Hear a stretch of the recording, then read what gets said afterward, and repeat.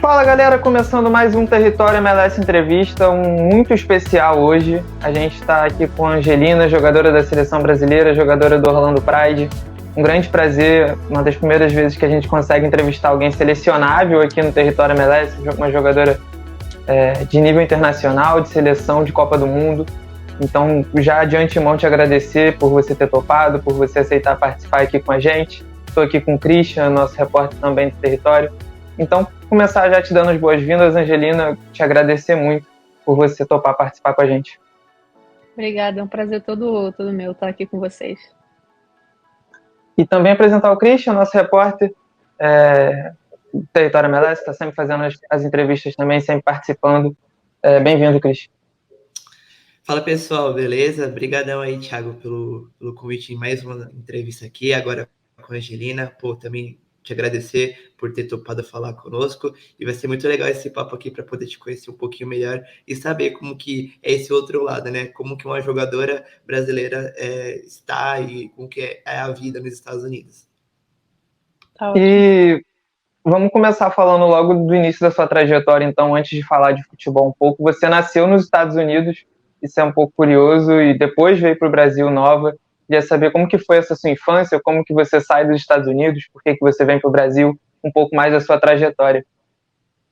Então, tenho pais brasileiros, né? Os dois são do Rio, mas na época o meu pai estava morando nos Estados Unidos, então teve eu e meu irmão aqui nos Estados Unidos, né? E a gente voltou para o Brasil quando eu tinha mais ou menos uns 4 anos de idade. E aí eu fiquei no Brasil, cresci no Brasil e só voltei para os Estados Unidos quando eu completei 21, né? Que foi quando eu fui direto para o Seattle com um contrato profissional lá.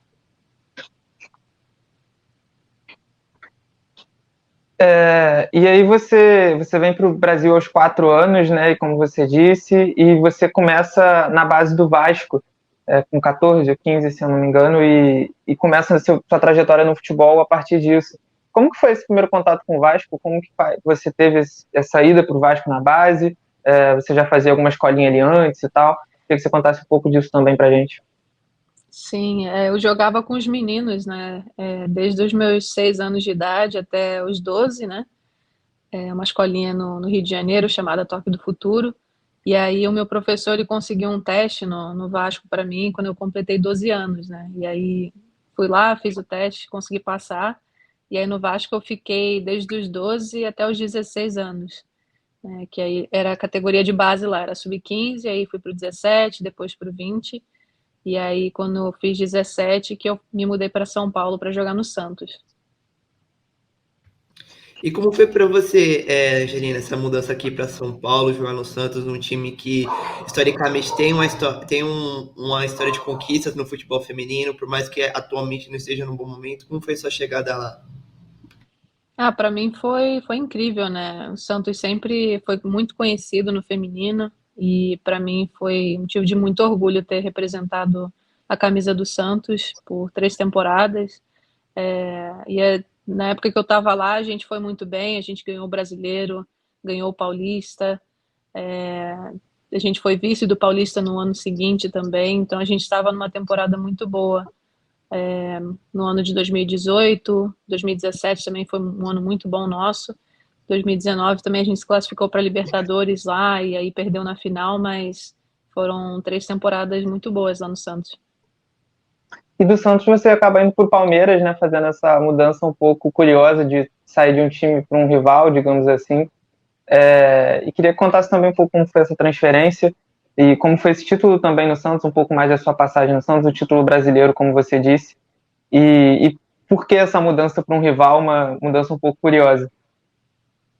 No Santos foi o primeiro ano que eu cheguei lá, foi em 2017 e a gente estava com um time muito bom na época e aí a gente conseguiu chegar na final do Brasileiro, um jogo muito difícil contra o Corinthians, né? E aí a gente conseguiu o título. E para mim foi motivo de muita alegria. Com 17 anos, meu primeiro contrato profissional, eu consegui um título brasileiro, assim, foi realmente incrível demais. E a minha mudança, assim, pro Palmeiras foi uma questão mais de sair da zona de conforto, né? Tive 3 anos muito bons no Santos, assim como eu disse, e aí eu queria algo que me trouxesse um pouco mais de desafio, né?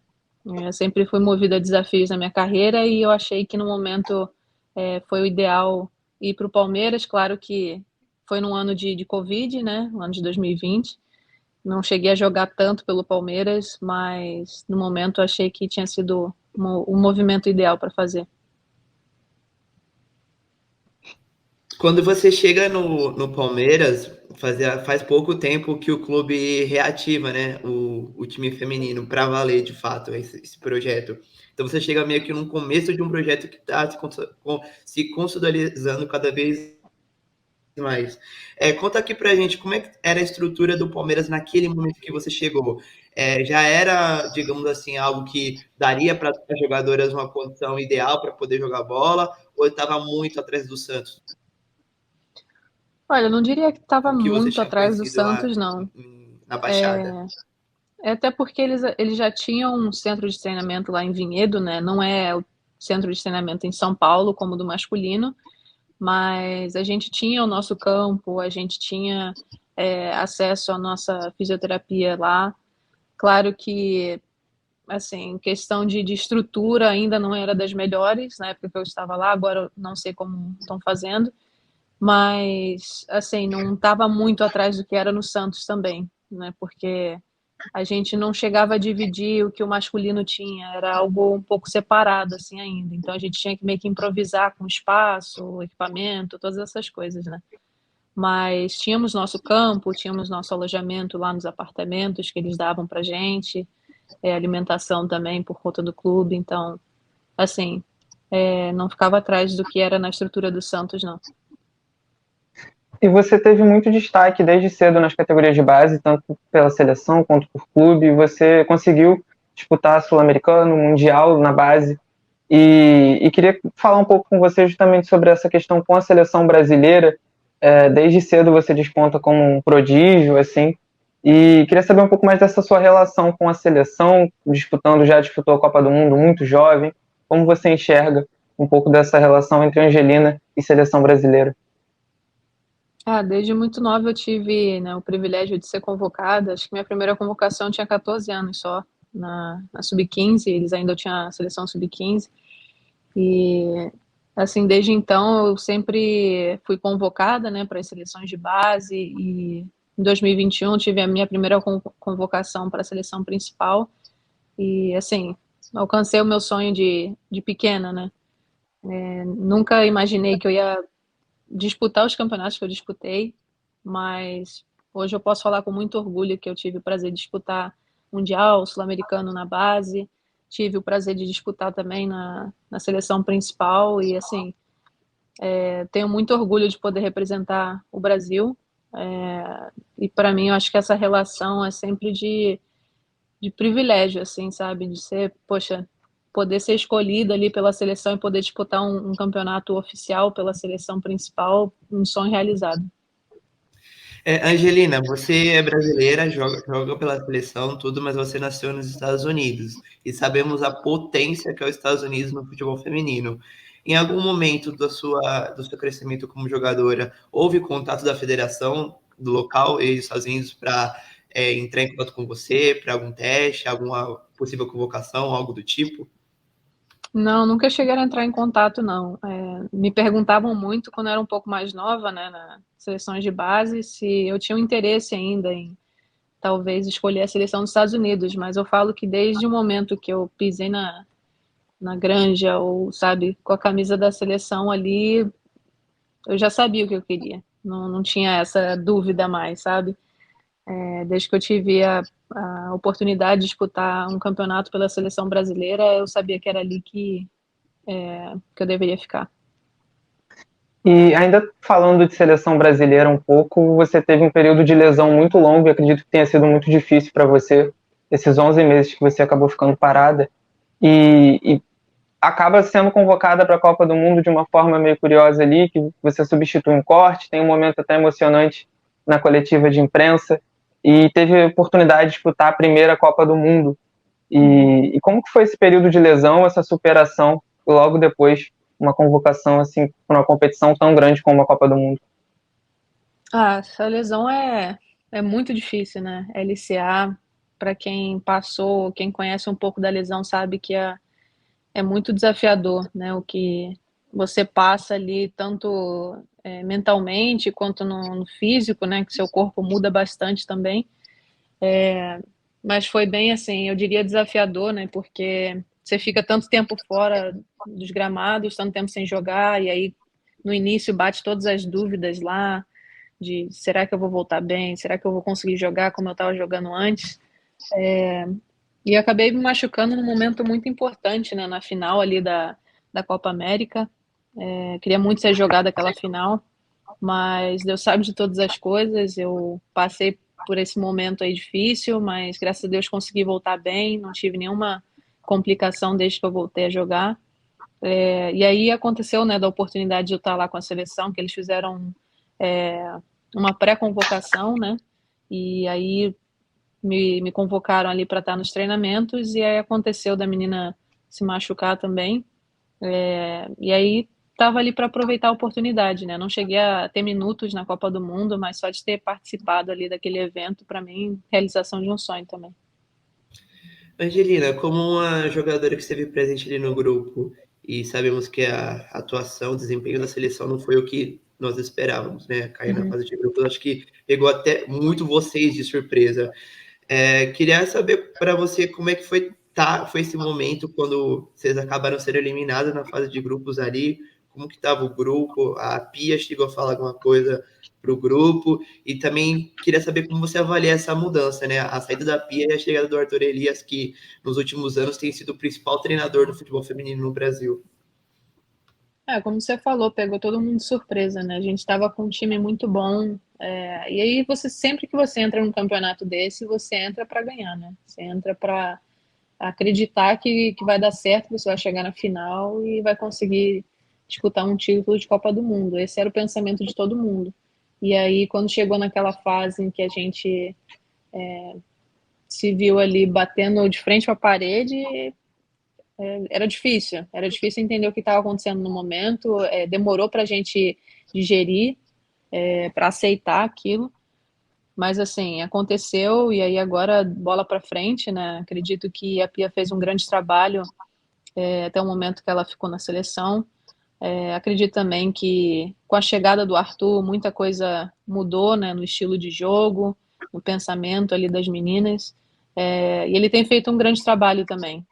Acredito que são estilos diferentes, né? Não dá para comparar a Pia com o Arthur, mas acredito também que ele tem grandes peças na mão, ele sabe disso e sabendo colocar o time direitinho ali, a gente vai fazer um grande campeonato, com certeza.